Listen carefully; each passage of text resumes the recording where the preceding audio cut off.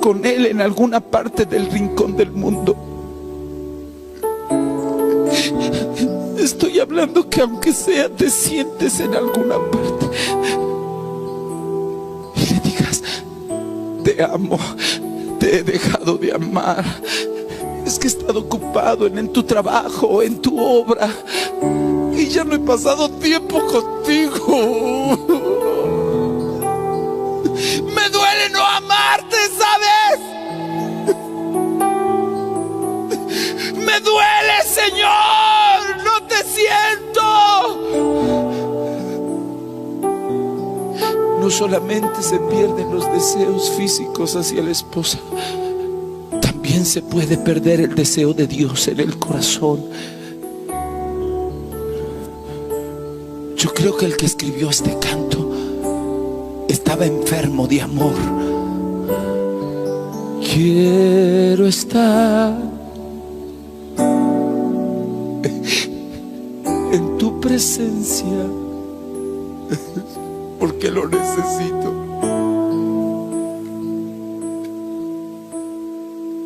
Porque me hace falta.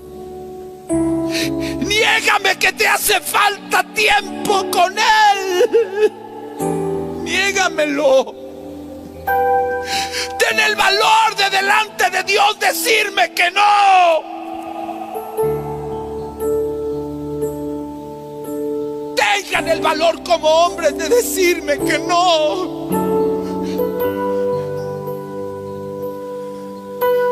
Y poderte contemplar.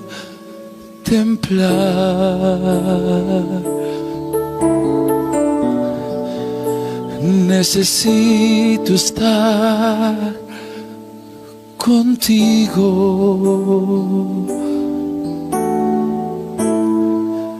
Necesito adorar. Mírame bien. Puedes recogerlo. Mírame.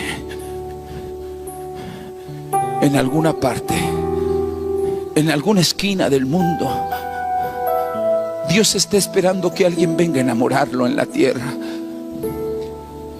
Mírame, por favor. Que alguien se hinque delante de Él y le diga: mi amado, te amo.